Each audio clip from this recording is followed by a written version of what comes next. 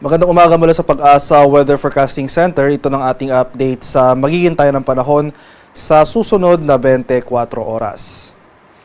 Makikita natin dito sa ating latest satellite images, itong mga makakapal na kaulapan sa Southern Luzon ay ang patuloy na pag-iral ng shearline ay salubungan ng mainit at malamig na hangin. Samantala, easterlies naman o yung hangin na nanggagaling sa Karagatang Pasipiko ang umiiral dito sa Visayas at Mindanao, samantalang northeast monsoon o yung malamig na hanging amihan ang umiiral dito sa Northern and Central Luzon. So dahil sa epekto ng shearline at amihan, makakaranas tayo ng mga pag-ulan sa malaking bahagi ng Luzon, pati na rin itong western and eastern portions ng Visayas. Samantala, wala pa rin tayong minomonitor na low pressure area o anumang sama ng panahon sa loob at labas ng ating Philippine Area of Responsibility at nananatiling maliit yung tsansa na magkaroon tayo ng bagyo sa unang linggo ng taong ito.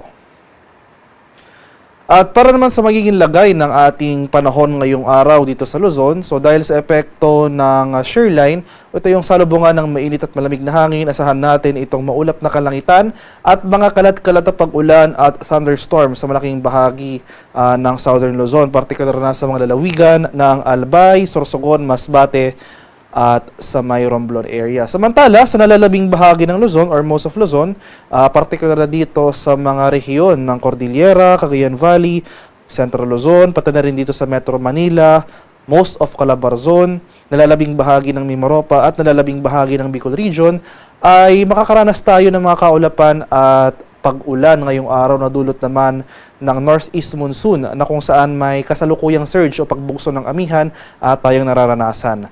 Samantala sa nalalabing bahagi ng Luzon, partikular na dito sa Region 1 sa may Ilocos Region area, ay generally fair weather ang ating mararanasan. Posible maulap pa rin yung mga kalangitan dito, pero yung mga pag-ulan ay light rains o yung mga pag-ambon lamang. Sa area naman ng Palawan, Visayas at sa Mindanao, so itong bahagi ng Palawan as well as itong Northern Samar at Western Visayas, makakaranas rin tayo ng mga pag-ulan ngayong araw. Mataas sa tsansa ng mga kaulapan at mga kalat-kalat na pag-ulan at thunderstorm sa dulot ng shearline. So kanina nga, itong area ng Luzon as well as itong portion ng Western Visayas at Northern Samar, maghanda po tayo at maging alerto sa mga banta ng pagbaha at pagguho ng lupa dahil malalakas at tuloy-tuloy pa rin yung mga pag-ulan na mararanasan ngayong araw. Sa nalalabing bahagi naman ng Visayas as well as buong Mindanao, generally fair weather ang mararanasan ngayong araw. Bahagyang maulap hanggang sa maulap na papawirin. Pero nandiyan pa rin yung mga tsansa ng usual afternoon to evening na mga rain showers or thunderstorms. Sa kalagayan naman ating karagatan, sa kasalukuyan, may gale warning tayo nakataas dito sa seaboards ng Northern Luzon, sa mga seaboards ng Batanes, Cagayan, kabilang na dyan ang Babuyan Islands, Ilocos Norte at sa may Ilocos Sur. Kaya sa ating mga kababayang mangingisda at may mga maliliit na sasakyang pandagat over these areas, huwag po muna tayong pumalaot dahil makaranas pa rin tayo ng maalong karagatan na dulot ng hanging amihan. At para naman sa ating weather outlook sa mga susunod na araw, simula bukas, araw ng Sabado hanggang sa Lunes. So for the next 3 days, inaasahan pa rin natin na may kalakasan yung bugso ng ating northeast monsoon at mas susubsob pa or mas mag-shift southward yung axis ng ating shearline na kung saan makaka-apekto na ito sa malaking bahagi ng Southern Luzon as well as itong malaking bahagi rin ng Visayas area. So as compared to today, in the coming days ay bababa pa yung axis ng ating shearline. So most of Southern Luzon, so sa mga rehiyon yan ng Bicol Region at Mimaropa, pati na rin dito sa buong Visayas. For the next 3 days, asahan natin itong mataas sa tsansa ng mga kaulapan at mga kalat-kalat na pag-ulan at mga thunderstorms. Samantala, sa nalalabing bahagi ng Luzon, particular na itong silangang bahagi ng Luzon.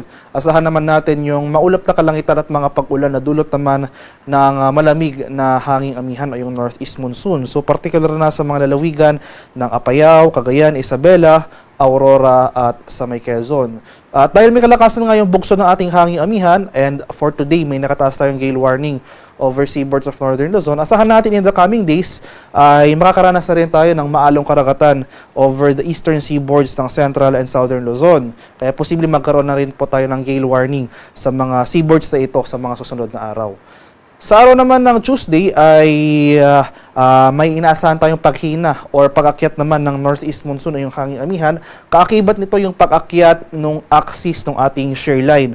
So dahil aakyat or mababawasan yung epekto ng shear line dito sa may Visayas, asahan natin ang generally improving weather condition over this area. So mababawasan na yung mga sustained na pag-ulan over Visayas. Gayun pa man, ay magpapatuloy yung epekto ng shear line dito sa area ng Southern Luzon, particular na dito sa may Bicol Region, Mimaropa at sa lalawigan ng Quezon. Samantala, yung northeast monsoon patuloy na magdudulot ng mga pag-ulan sa silangang bahagi ng Luzon.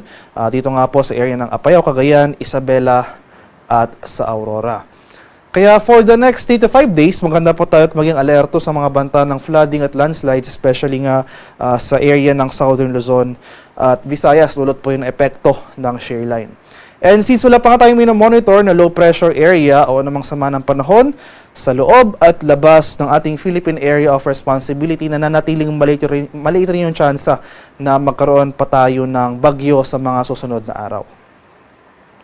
Haring araw sa Kamaynilaan ay sisikat mamayang 6:21 ng umaga, lulubog naman mamaya sa ganap na 5:39 ng hapon.